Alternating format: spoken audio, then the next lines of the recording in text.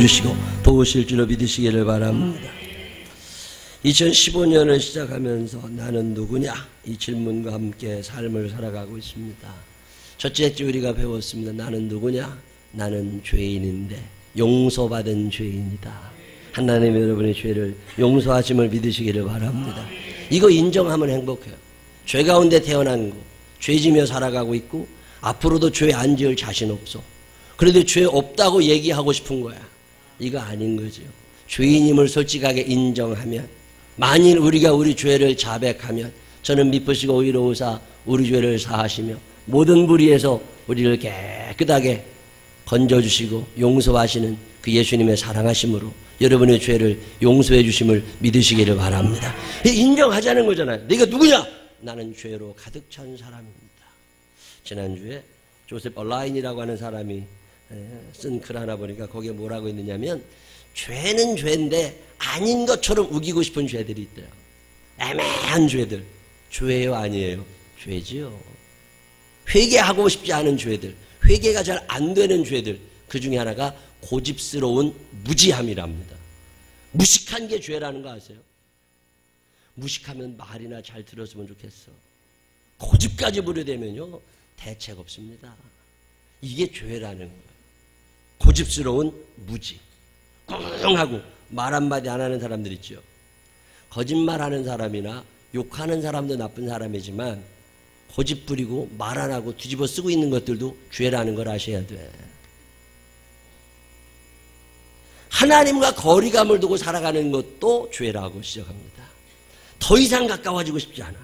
이거 더 이상 가까웠다가는 내가 손해날 것 같아. 그래서 금을 딱 긋고 어느 정도 더 이상 하나님께 가지 않는 마음, 그것도 죄라는 거 아세요? 또 나보다 저 사람 신앙생활 너무 잘해. 그게 비기 싫은 거. 기준으로 왜 높여놔. 다 같이 낮으면 되는데 너무 열심히 신앙생활하는 사람이 보기 싫은 것도 죄랍니다. 육신의 안전을 의지하는 거, 소극적이고 열정적이지 못하고 계산하고 살아가고 이런 것도 하나님이 보실 때는 죄라는 거예요. 여러분 몇 가지나 해당이 되실 것 같으세요? 한 주간 한 주간 사시면서 늘 하나님 앞에서 내 죄를 고백하고 용서받으면서 용서받은 죄인답게 거룩함과 성결함을 추구하는 멋진 생명나무 가족들이 되시기를 주님의 이름으로 축원합니다. 지난주에 우리는 또 배웠습니다. Who I am. 내가 누구냐? 나는 연약함을 지닌 한계를 가진 사람임을 배웠습니다. 전능하지 않아요. 전지하지 않아요. 우리가 짐승들보다 건강하지 않습니다. 수명의 한계, 공간의 한계, 지식의 한계, 체력의 한계, 인맥의 한계, 경제적인 한계, 한계가 너무 많은 시대를, 한계가 너무 많은 인생을 오늘 우리가 살아가고 있음을 배웠습니다. 그런데 한계가 많다고 해서 하나님이 나가라는 거 아니잖아요.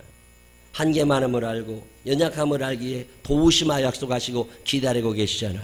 하나님 앞에 구원의 손을 내미시기를 바랍니다. 하나님께서 도우실 줄로 믿으시기를 바랍니다. 사람들은 다 변한다니까요. 세상 변하고 변할지라도 다 변하고 떠날 수 있습니다. 그러나 하나님만은 여러분을 도우실 줄로 믿으시기를 바랍니다. 그걸 믿음이라고 해요. 주님만이 내 힘이시며. 저는 이 찬양을 참 좋아합니다. 하나님 여러분의 힘이 되심을 믿으시기를 바랍니다. 왜 걱정하고 살아요? 왜 근심이 생깁니까? 약하니까. 내가 다 할 수 있으면 왜 걱정해? 약하니까 걱정하는 거잖아요. 왜 두려워요?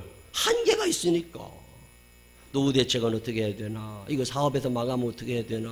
이거 직장생활 그만두게 되면 어떻게 되나? 이거 몸 아프면 어떻게 되나? 왜 쓸데없는 걱정과 두려움 속에 살아갑니까? 한계가 있는 거라고. 연약함이 있는 거라고. 이거 인정하자는 거잖아요. 하나님 우리에게 말씀하시는 게 그런 거잖아요. 네가 흙으로 만들어졌다는 걸 너 아냐? 너 한계가 있다는 걸 너 아냐? 그러면 그거 알아서 너 열심히 한다고 되는 거 아니니까. 열심히 살기는 살아야겠지만 하나님의 살아계심을 믿고 너를 가장 사랑하시는 하나님을 의지하며 살아가라고. 하나님과 함께 살아가게 되시기를 바랍니다. 왜 사치하고 낭비하고 살아가요? 돈이 많아서? 아닙니다. 사치하고 낭비하는 사람들의 배후에는, 그 마음 가운데는 연약함을 숨기고 싶은 마음이 있는 거예요. 왜 자꾸 얼굴을 뭐 수술해야 되고 뭐 화장을 진하게 해야 되고 왜 변장 환장을 하고 살아가야 돼요? 왜 그러는 거예요? 숨기고 싶은 게 많은 거지. 숨기고 싶은 게. 왜 숨기고 살아가요? 연약한 거거든. 자랑거리라면 왜 숨기겠어요? 자랑할 것이 못 되니까 숨기고 싶어하는 사람들의 마음이잖아요. 생각하고 또 생각해 보아도 스스로 뭐 대단하다고 할 만한 존재가 아님을 알 때가 많이 있습니다. 그렇다고 해서 포기하자는 건 아니잖아요. 나는 약하지만 전능하신 하나님 여러분과 함께 하심을 믿으시기를 바랍니다. 나는 비록 약하나 우리 주는 강하다. 어려울 때 도우시니 도와주실 줄로 믿으시기를 바랍니다. 생명나무 교회 모든 가족들이 삶의 한계 상황이나 약함 가운데서 더욱더 큰 믿음으로 온전히 하나님만을 의지하면서 예수 그리스도의 이름으로 위대한 승리자들이 되시기를 주님의 이름으로 축원합니다. 이 신앙생활 그렇게 하는 거예요. 오늘은 세 번째 시간이에요. Who I am. 내가 누구냐는 거죠. 나는 죄 있는 거 맞아. 나 연약한 거 맞아. 한계도 많이 있어. 그렇지만 이런 나를 하나님이 사랑하고 계심을 믿으시기를 바랍니다. 한계가 있기 때문에 나가라는 거 아니잖아요. 죄 지었기 때문에 나가라는 거 아니잖아요. 죄인임에도 불구하고 하나님이 나를 사랑하고 계심을 믿으시기를 바랍니다. 참 묘한 일은요, 구약 성경에 보면 하나님이 이스라엘 백성들을 어마어마하게 사랑하십니다. 창세기를 읽어보면 아브라함도 사랑하시고 이삭도 사랑하시고 야곱도 사랑하시고 요셉도 사랑하시고 다 하나님이 사랑하셨어요. 그래서 그 사람들이 하나님 감사합니다 그러고 살았거든요. 근데 출애굽기로 넘어가면 상황이 전혀 달라져요. 출애굽기에서부터는 구약 성경의 이야기가 어떻게 변화가 되느냐면 하나님이 이스라엘 백성을 향한 사랑은 어제나 오늘이나 동일하셨어요. 근데 사람들이 그것을 사랑이라고 느끼지를 않습니다. 사랑을 받다 보니까 그게 사랑이라는 걸 모르게 된 거예요. 종살이 하던 이스라엘 백성들, 그 사람들을 모세라는 지도자를 통해서 탈출시키시고 홍해를 갈라서 그들을 광야로 데려가신 분이 누구세요? 하나님이시거든요. 얼마나 감사해. 지금 저 전라도, 경상도, 뭐 충청도, 강원도 어디 섬 이런 데 살고 있을 사람들 하나님이 다 끌어내가지고 이 송파구에 살게 하신 거 감사하시기를 바랍니다. 그런 감사가 있어요, 없어요? 내가 차 타고 왔다고 생각하니까 감사가 없는 거예요. 지금도 산골에서 나무 팰 사람들 많아. 지금 바닷가에 가가지고 저 뭐 따고 이래야 되잖아요. 근데 하나님이 인도하셔서 나를 여기까지 인도하셨다. 이 믿음이 안 생기니까 감사가 안 되잖아요. 광야 생활하는 동안 매일마다 하나님의 만나와 매출하기로 먹이셨다고. 근데 감사가 안 돼. 당연한 것처럼. 이게 왜 그럴까? 사람이 그렇게 착하지 않습니다. 애들에게 매일마다 밥을 해주시는 어머니들 계셔. 참 대단하신 분들입니다. 근데 밥 먹는 놈들은 설거지도 안 해. 그리고 당연하다는 듯이 먹고 간다고. 그게 얼마나 큰 사랑이었는지 모르는 거지. 이스라엘 사람들이 하는 얘기가 뭐예요? 목이 말라 죽겠다고 그러니까 반석에도 물을 내주시고 배고파 죽지 아니하도록 신발이 떨어지지 아니하도록 옷이 헤어지지 아니하도록 철저하게 보호해 주신 분이 누구세요? 하나님이시잖아요. 가나안 땅에 들어갈 수 있도록 그들에게 힘과 용기를 허락하시고 가나안 땅을 정복할 수 있도록 땅을 나누어 주신 분 하나님이시잖아요. 그런데 참 이상한 일은 그렇게 많은 도우심과 사랑을 받았던 이스라엘 백성들이 하나님 앞에 드린 게 뭔지 아세요? 원망, 불평. 언제 하나님이 나를 사랑하셨느냐고. 이게 사람입니까? 짐승입니까? 이게. 개들도 그러긴 안 해. 사람. 요즘 엄마들 중에는 그런 사람 내가 많이 못 봤어요. 근데 옛날 엄마들은 참 희생적이었습니다. 헌신적이었어요. 우리를 길러주셨던 우리 어머니들은 참 손해 많이 보고 사셨어요. 먹을 거 하나 어디서 생기면 당신 못 드셨어. 그거 그냥 남겨뒀다니까. 그리고서 애들 올 때 기다렸다가 애들 다 주셨다. 엄마는 삐쩍 말라가고 애들은 뚱뚱해져. 요즘은 뒤집어졌어. 엄마들은 뚱뚱해지고 애들은 삐쩍 말라가고. 이게 뭐냐 이게 말이죠. 옛날에 우리 어머니는요, 돼지고기 조금 사가지고서 고기 된장 김치찌개 끓여가지고 이렇게 식사하시다가 숟가락을 푹 붓는데 거기 고기 한 점이라도 건지면 그거 안 드셨다고. 아들 주고 딸 주고 다 그러고 사셨어. 요즘은요 경쟁적으로 엄마가 먹습니다. 야, 요즘은요, 애들 어디 나가고 자면은 자기들끼리 먹는 엄마들도 많아. 애들 학교 보내놓고 가서 또 맛있는 거 먹고, 이게 참 난 이해가 잘 안 돼. 근데 옛날에 그렇게 정성껏 애들을 길렀던 엄마들, 그 엄마들이 애를 길러놓으면 그 애들이 커서 중학생 되고 고등학생 되고 대학생 되고 그럼 지들이 혼자 큰 줄 안다고. 저절로 큰 줄 알아. 그리고 나서 엄마가 뭐라고 서운한 소리 하면은 뭐라고 그래. 엄마가 해준 게 뭐 있다고 그래. 해준 게 뭐 있어. 너 지금 이만큼 길러놨지. 근데 애들은 그걸 다 잊어버려. 그거 참 이상해. 여러분, 사랑이라는 게 뭔지 아세요? 사랑은요, 사랑을 하는 사람 입장에서 결정이 되는 게 아닙니다. 사랑은 사랑을 받는 사람이 결정한다는 게 문제예요. 내가 아무리 그 사람을 사랑했어도 그 사람이 사랑 못 받았다고 느끼면 꽝이 되는 게 사랑입니다. 이게 얼마나 비극적이에요. 하나님이 우리를 그렇게 많이 사랑하고 인도하셨지만 사람이 인정을 하지 않아. 불행한 사람들의 특징은 이 사랑을 인정하지 않습니다. 이스라엘 백성들이 하나님께 드리는 말씀이 뭐냐면 하나님이 언제 우리 사랑했다고 그래? 이런 얘기예요. 그런데 하나님이 선지자를 보내가지고 계속 말씀하십니다. 내가 너희를 얼마나 사랑하는 줄 아냐? 내가 너희를 얼마나 이뻐했는 줄 아냐? 이렇게 인도했다, 이렇게 인도했다. 다 얘기하는 게 선지자들입니다.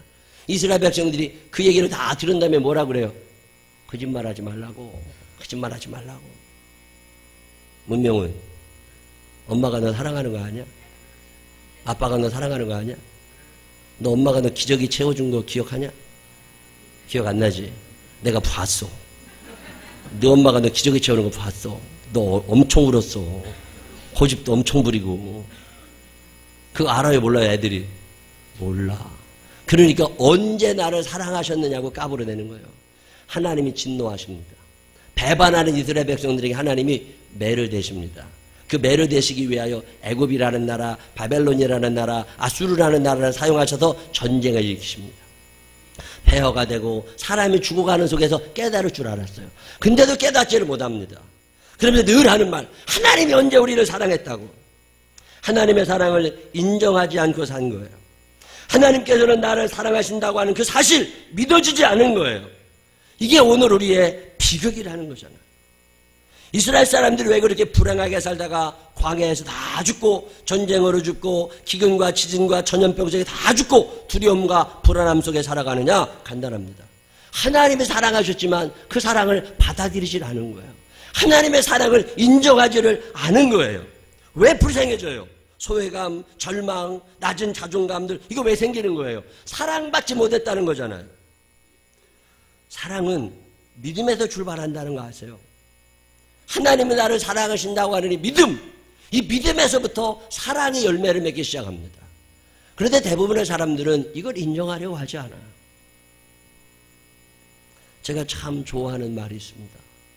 옛날 중세시대 어거스틴이라고 하는 사람이 했던 말인데 그가 은혜를 받고 하나님이 나를 사랑하시는구나.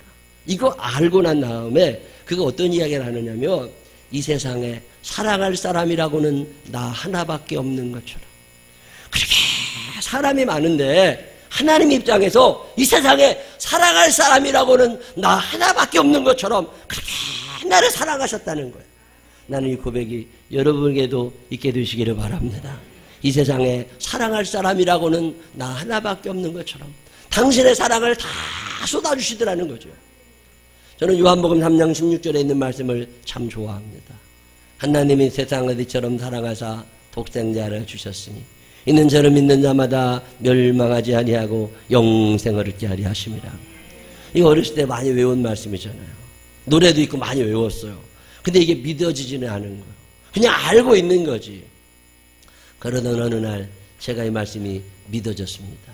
아마 여기 앉아 계신 분들 중에도 이 말씀을 지식으로 알고 지식으로 암송을 하고 있지만 이 말씀이 가슴에 와서 붙지 않는 사람들이 많이 앉아 있다는 거 압니다. 제가 이 말씀이 믿어지는 데까지 30년이 넘게 걸렸어. 외우기는 외웠다니까. 근데 믿어지진 않는 거예요. 하나님이, 그 하나님이 누구예요? 온 우주와 만물을 지으신 하나님. 한강도 만드시고 남한산도 만드시고 한반도도 만드시고 제주도도 만드시고 온 세계를 만드신 그 엄청난 하나님. 그 하나님이 세상을 여기서 말하는 세상이라는 게 온 우주를 말하기도 하지만 우리 개인을 말하기도 하잖아요. 그 어마어마한 하나님이 저 바다의 모래알보다도 가치 없는 나를 사랑하셨다는 거잖아요. 이 사실이 믿어지시는 분들 아멘 한번 해보세요. 저는 이게 믿어졌어요. 하나님이 사랑 가치도 없는 나를 하나님이 사랑하고 계시는 거구나. 이게 지식으로 안 게 아니라 가슴이 떨릴 만큼 믿어지는 거예요. 하나님이 왜 날 사랑하시는지 이유는 몰라. 왜 날 위해 조롱당했는지, 내가 그토록 주님께 소중한 존재였는지, 왜 날 놓지 않으시는지, 그냥 놔버리면 되는데 끝까지 놓지 않으시는 그 하나님의 사랑이 어느 날 내게 쫙 들어온 거잖아요. 이 경험이 여러분에게도 있게 되시기를 바랍니다. 내가 누굽니까? 하나님 앞에 죄밖에 드린 것이 없는 나요. 연약함밖에 드릴 것이 없는 나요. 한계 상황 가운데서 늘 도와달라고만 했던 납니다. 하나님께 무엇 하나 제대로 드린 적은 없어. 그럼에도 불구하고 또 찾아오셔서 사랑하시고 참아주시고 기다려주시고. 이사야 53장 5절로 6절에 보면 이런 말씀이 있습니다. 그가 찔림은 우리의 허물 때문이요 그가 상함은 우리의 죄악 때문이라. 그가 징계를 받음으로 우리는 평화를 누리고 그가 채찍에 맞음으로 우리는 나음을 받았도다. 우리는 다 양 같아서 그릇 행하여 각기 제 길로 갔거늘 여호와께서는 우리 모두의 죄악을 그에게 담당시키셨도다. 이 말씀 성경 이사야에 있어요. 제가 이거 안다고 외우기도 했어. 근데 안 믿어졌어요. 근데 예수님이 나를 사랑하신다는 걸 알게 되니까 이게 어느 날 믿어진 거예요. 왜 예수님이 찔림을 당하셨냐? 장에 왜 찔리셨냐? 내 허물 때문이라고. 그가 상하게 되심은 나의 죄악 때문이라고. 그가 징계를 받으신 것은 우리가 평화롭게 살아가라고. 그가 채찍에 맞으신 것은 우리가 건강하게 살아가라고. 내가 다 양처럼 제 길로 가지만 하나님이 사랑하셔도 끝까지 품어주시는 거라고. 어느 날 생각해보면 참 죄가 많아. 연약함도 많아. 그냥 하나님 앞에 바로 설 수가 없습니다. 가난하게 살 수밖에 없는 운명을 지고 살아가는 우리들에게 하나님이 너 부자 되라고. 예수님이 하늘의 모든 걸 버리시고 이 땅에 오셔서 당신이 가난하게 되시면 우리로 하여금 부욕해 살게 하기 위함이라. 왜 예수님이 채찍에 맞으셔야 됩니까? 너 건강하게 살아가라고. 네 아픔 내가 다 짊어질 테니까. 네 속상한 거 내가 다 짊어질 테니까. 네 가난한 거, 네 병든 거 내가 다 짊어지고 지옥 갈 뒤 인생 내가 짊어지고 살 거니까 너는 좀 편안하고 행복하고 넉넉하게 살다가 천국에 들어가라고. 난 이 말씀이 어느 날 믿어졌어요. 여러분에게도 이 믿음의 은사가 임하게 되시기를 바랍니다. 이건 지식으로 아는 게 아니에요. 믿어진 거라고. 이게 믿어지고 나니까 사람이 달라져요. 이게 안 믿어지는 사람은 예수님은 사랑 모릅니다. 사랑이라고 하는 건 많이 받았다 안 받았다가 중요한 게 아니에요. 내가 그걸 어떻게 믿느냐가 중요한 거지. 이 남편이 나를 사랑한다고 믿는 여자는 행복한 거예요. 근데 저 남자가 아무래도 아닌 것 같아. 결혼하고 살면서도. 그러면 그 여자는 불행한 거예요. 자녀들이 나에게 효도를 다한다고 믿는 엄마는 행복한 거예요. 근데 무언가 와서 뺏어갈 것 같은 안 됩니다. 아마 세월 조금 지나면 할머니 할아버지 둘이 살면서 비밀번호 수시로 바꾸시는 분들 계실 거야. 딸하고 몰래 와가지고 뭘 하도 집어가가지고. 손자 손녀는 20분 30분은 이쁘답니다. 근데 조금 지나면 피기 싫대. 다 집어간다네. 다 망가뜨리고. 동생 야곱, 형 에서가 싫은 사람입니다. 창세기에 나오는 야곱은 형이 싫어요. 왜? 자기 아버지 이삭이 형만 이뻐해. 쌍둥이를 태어났습니다. 그 몇 초 차이로 동생이 됐다고 운명에 바뀌어버린 거야. 그 당시 사람들은 장자가 모든 걸 다 가져갑니다. 차자는 뭐 가진 게 없어요. 형이 싫어. 저 형만 없으면 이게 다 내 건데 저 형 때문에 형이 미운 거예요. 형이 죽이고 싶도록 미운 거예요. 그게 야곱입니다. 그리고 살아가던 어느 날 형의 모든 권한을 다 빼앗아 버리잖아요. 그리고 들통이 나서 도망치는 도망자의 신세가 됩니다. 범죄자가 됐어요. 야곱은 생각한 거죠. 형이 나를 미워할 거다. 죽도록 싫어할 거다. 아버지가 나를 안 예뻐한다. 아버지는 형만 예뻐한다. 이게 야곱 아닙니까? 그리고 살아가던 야곱. 그리고 그가 도망가서 살던 집, 외삼촌네 집. 외삼촌네 집에 가서 살았는데 외삼촌이 보면 야곱이 잘해요. 근데 야곱은 늘 배신감, 늘 억울한 마음, 늘 피해의식, 이것 속에 사는 거잖아요. 나는 누구도 사랑해주지 않는 사람이야. 그래서 야곱이 외삼촌의 집에 가서도 그보는 남 안 주잖아요. 그리고 늘 속이고 삽니다. 외삼촌이 나를 싫어할 거야. 외삼촌이 나를 미워할 거야. 그리고서는 속고 그러고 살아가던 20년 야곱이 행복했을까? 불행한 야곱이죠. 힘든 야곱이죠. 힘들수록 자기를 위하여 더 많은 시간과 돈을 모으는 게 사람이잖아요. 자기중심적이 점점 커집니다. 남을 사랑하지 못하는 사람들은 그 사랑을 자기에게 쏟잖아요. 자기밖에 모르고 사는 거예요. 나. 그게 야곱입니다. 열심히 모았어요. 그러던 어느 날 그의 모든 죄가 들통이 나고 그는 또 쫓겨납니다. 그래서 도망가요. 갈 데가 있어야죠. 그래서 아버지 집에 찾아갑니다. 얼마나 불쌍해요. 외삼촌 집에서도 쫓겨나가지고 야간 도주하는 불쌍한 야곱. 사랑하는 사람 아무도 없어요. 나를 사랑해주는 사람도 아무도 없어요. 외로운 거죠. 오라는 데도 없고 갈 곳도 없습니다. 그러고 인생 살아온 거예요. 우리들 중에도 그런 사람이 얼마나 많겠어요. 마음을 탁 터놓고 얘기할 사람 아무도 없어요. 철저하게 나를 숨기며 살아가야 됩니다. 착한 척하고 살아가야 돼요. 옳은 척하고 살아가야 돼요. 그렇지만 나는 그렇지 않은 사람이거든. 철저하게 자기를 방어하면서 속이며 살아가는 사람들, 진실하지 못하게. 그게 야곱이에요. 자기밖에 모르고 살았던 야곱. 이제 길을 떠나 한참이나 도망을 오다가 이제 이 산을 넘어가면 형을 만나야 됩니다. 근데 형을 만날 수가 없는 거예요. 왜? 형이 나를 미워하거든요. 아버지가 나를 미워하거든요. 근데 형한테 맞아 죽을 것 같아. 형은 부족장이 되어 있었습니다. 소문을 들으니까 형의 집을 지키는 사람만 400명이나 있대. 건강한 남자가 400명이나 있다는데 거기를 어떻게 들어갑니까? 그 야곱이 가고 싶지 않은 거예요. 죽겠는 거죠. 갈 데가 없어졌어요. 열심히 살았다고. 치열한 경쟁 세상 속에서 이겨보려고 밤잠 안 자고 살았습니다. 그래도 어느 정도 돈도 모았어요. 그랬으면 뭐해? 아무도 나를 사랑해주는 이 없는 외로운 사람인 것을. 그날 야곱은 괴로운 마음을 난생 처음 하나님 앞에 토로합니다. 자기 아버지 이삭이 기도하는 거 봤잖아요. 그러니까 그는 그날 거기에서 그 야복강 나루에서 강을 건너지 못하고 그 밤을 무릎 꿇고 앉아 하나님 앞에 일생 처음 기도를 하게 됩니다. 하나님, 못 살겠습니다. 힘든 걸 어떻게 합니까? 내가 살아보려고 애를 쓰지만 넘지 못할 한계가 내 앞에 있습니다. 많은 사람들이 나를 미워합니다. 아버지도 나를 싫어하고 형도 나를 싫어하고 내가 지금 얘기를 들으니까 형이 400명의 군사를 데리고 나를 죽이러 온다고 그러는데 하나님, 나는 이 강을 건너지 못하겠습니다. 그러다가 뒤로 갈 수도 없습니다. 외삼촌 라반이 나를 싫어합니다. 그 한계 상황에서 야곱이 하나님께 불을 찌고 기도할 때 하나님이 나타나십니다. 그리고 물으시잖아요. 얀마, 너 무언데 이 밤에 그렇게 기도하고 있어? 너 누군데? 너 누구야? 그때 이 야곱이 뭐라고 대답해요? 내가 야곱이니이다. 이 야곱이라는 말은 발 뒤꿈치를 잡은 자라는 뜻이에요. 도둑놈이라는 뜻도 있고 사기꾼이라는 뜻도 있습니다. 자기를 돌아보는 거예요. 그 밤에 밤을 새워 기도하면서 자기의 그 기나긴 인생을 되돌아본 거예요.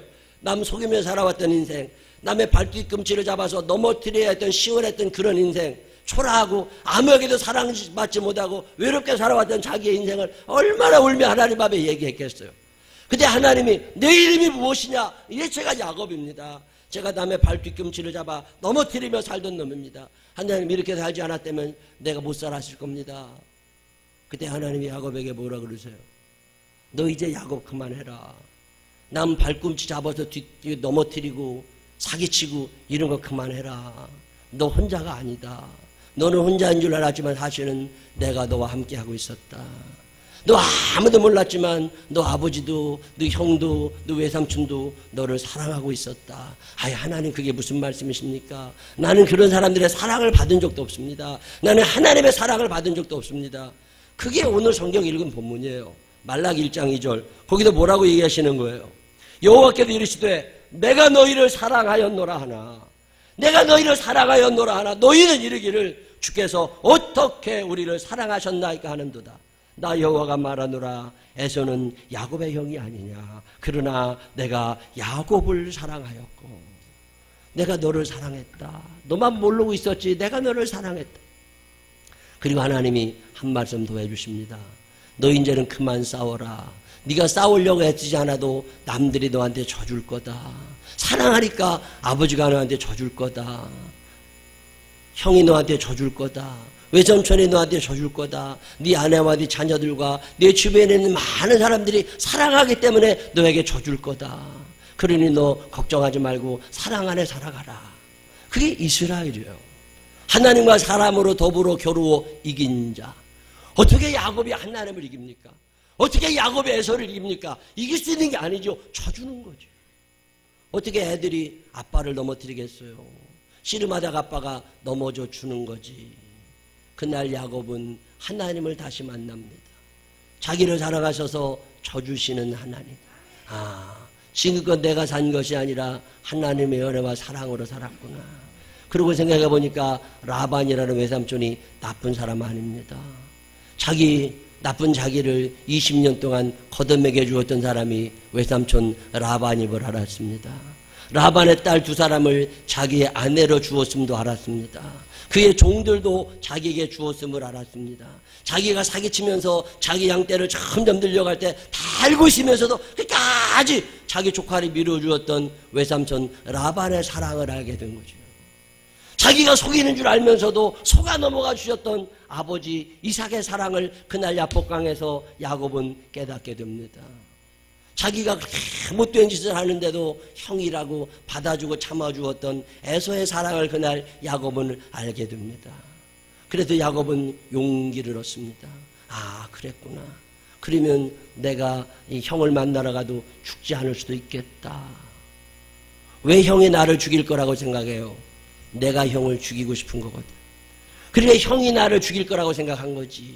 그래서 야복강을 못 넘다가 그날 하나님의 음성을 듣고 이스라엘의 축복을 받고 야곱은 야복강을 건너 형을 만나러 갑니다. 형을 만나러 가는데 저 앞에 형이 400명의 군사를 데리고 오는데 그 위험이 대단하고 그 웅장함이 대단한데 그 엄청나게 막 말을 달리고 오던 형 에서가 야곱 앞에 오더니 말에서 내려서 그렇게 뛰어와서 자기를 안고 울어대는 거예요. 보고 싶었다고, 만나고 싶었다고, 너 오기를 기다리고 있었다고. 야곱은 생각도 못했던 엄청난 경험을 하게 됩니다. 자기를 죽일 것 같았던 에서가 자기를 용서하고 품어주잖아요. 그래서 알고 보니까 400명의 군사를 자기를 잡으러 오는 게 아니라 자기를 보호해서 이 광야 가운데 있는 이 야곱을 보호해서 안전한 곳에 데려다 주려고 호위무사를 데리고 온 거잖아요. 에서가 그토록 사랑했으면 뭐해? 야곱이 그 사랑을 못 알아들은 거예요. 오늘 말라기 1장은 그 말씀을 우리에게 전하고 있습니다. 내가 너희를 얼마나 사랑했는 줄 아냐? 너희는 내가 에서를 사랑한 줄 알았지만 아니다. 나는 너희 야곱을 사랑하고 있었다. 살다 보면 엉키고 설키고 답답할 때가 있습니다. 그럴 때마다 우리는 하나님의 사랑이 내게서 떠났는 줄 착각할 때가 있습니다. 이사야 41장 10절은 약속합니다. 두려워하지 마라. 내가 너와 함께함이라. 놀라지 말라. 나는 내 하나님이 됨이라. 내가 너를 굳세게 하리라. 참으로 너를 도와주리라. 참으로 나의 의로운 오른손으로 너를 붙들리라. 두려워하지 마라. 내가 함께함이라. 놀라지 말라. 내니라. 어두운 그 길에서 내 손 잡아주리라. 위태할 때 너를 안아주리라. 강하라 담대하라. 왜 하나님이 그런 말씀하세요? 사랑하시니까. 하나님이 여러분 사랑하시는 줄로 믿으시기를 바랍니다. 이 세상 사는 동안 외로운 날이 왜 없겠어요? 망하고 흩어지는 날이 왜 없겠어요? 자살하고 싶은 날이 왜 없겠어요? 그러나 그때에도 변함없이 가져야 되는 우리의 믿음이 있습니다. 내가 누굽니까? 나는 하나님의 사랑받는 자녀입니다. 이 세상의 친구들이 다 나를 떠나는 그 순간에도 하나님은 사랑하시는 줄로 믿으시기를 바랍니다. 이 하나님이 나를 사랑하신다는 믿음, 이게 사실인데 안 믿으니까 힘든 거예요. 이게 믿어지는 사람은 인생이 행복해집니다. 하나님이 여러분 사랑하심을 믿으시기를 바랍니다. 우리 생명나무교회 모든 가족들이 죄인이지만 연약하지만 하나님이 나를 사랑하신다는 이 믿음을 가지고 2015년도 행복한 승리자로 살게 되시기를 주님의 이름으로 축원합니다. 기도하겠습니다. 하나님 아버지, 사랑하고 계시는데 왜 그게 안 믿어지는지, 하나님이 나한테 해준 게 뭐 있다고 이런 얘기하고 싶을 때가 한두 번이 아닙니다. 저 사람을 더 사랑하시는 것 같고 저 사람을 더 축복하시는 것 같고, 하나님 오늘 말씀을 배웁니다. 이 세상에 사랑할 사람이라고는 나 하나밖에 없는 것처럼 그렇게 찾아오셔서 이뻐하시고 품어주시고 위로하시고 살 수 있도록 힘을 주시는 그 하나님의 사랑 의심하지 않게 해주시옵시고, 이 사랑을 그대로 믿고 받아들일 수 있는 우리들 되게 하여 주시옵소서. 외로운 세상을 삽니다. 벅찬 세상을 삽니다. 하나님 절대로 포기하거나 낭망하지 않게 해주시옵시고, 하나님이 나를 사랑하신다는 믿음을 가지고 능히 이 세상을 이겨내게 하여 주옵소서. 사랑으로 견디어내게 하여 주옵시고, 넉넉하게 내가 받은 사랑을 나누며 살게 하여 주옵소서. 예수님 거룩하신 이름으로 기도드렸습니다. 아멘.